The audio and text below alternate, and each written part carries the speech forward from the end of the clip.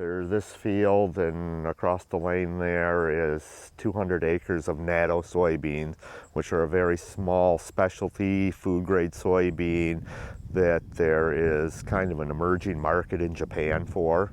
So Citizens Elevator in Charlotte is trying to get a Natto program up and running, and the seed is, anybody that has Natto seed stock tends to hang on to it. There's Natto grown in the Dakotas and some in Canada, but Citizens has worked with MSU to kind of develop a Natto variety, and these will all be sprouting beans for the food grade market in Japan probably. The biggest thing with Natto is they're non-GMO conventional beans, so weed control is a challenge.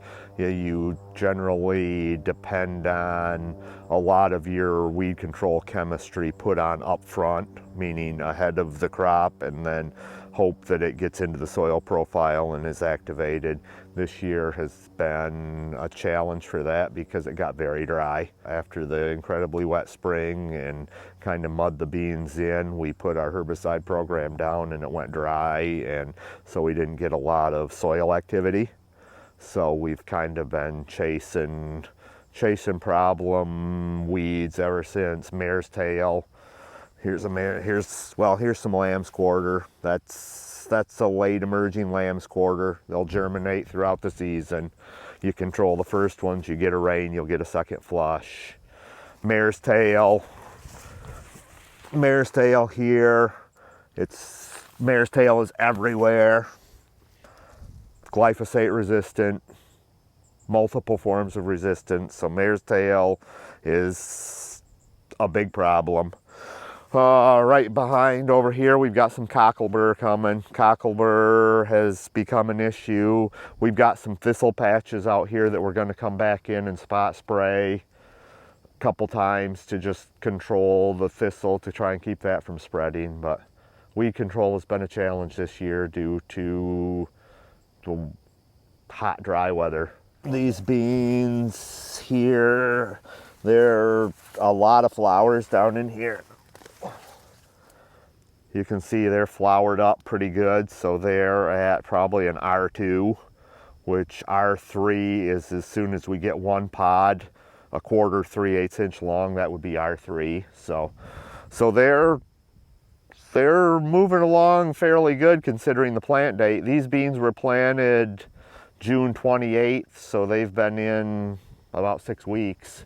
So that's one nice thing about beans, is they will kind of sense the days shortening and kind of speed themselves up. So when we get to R3, R4, we will probably go through here with insecticide, fungicide combination.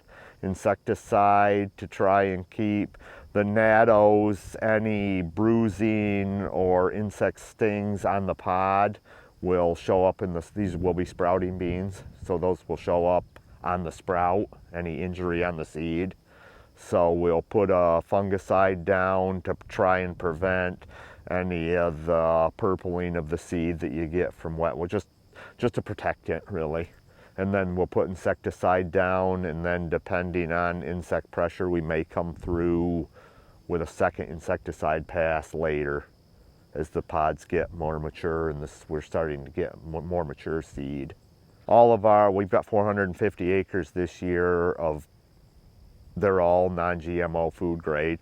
Other than the nattos, we have 250 acres of these, so we then have about 200 acres of tofu beans, which are large seeded.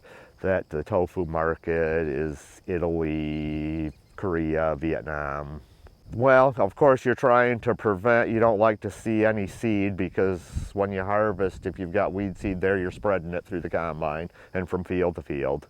So that's an issue. If the weeds are green, it can create a harvest issue, make them tougher to harvest. And depending on where we're at with weeds, we have at least a couple fields that are weedy enough.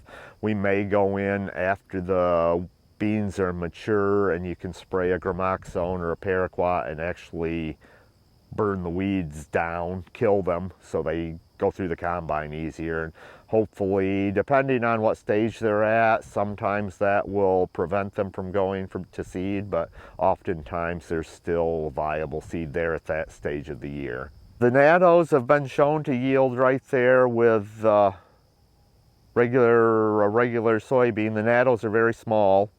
I would say probably this year with the planting date and the weather, we're hopeful.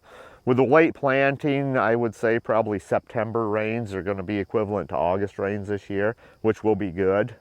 And I would say if we are 30 or above, which is probably our farm average is about 45, so 30 or above, I would say I'd be very happy with, given all the circumstances we've dealt with.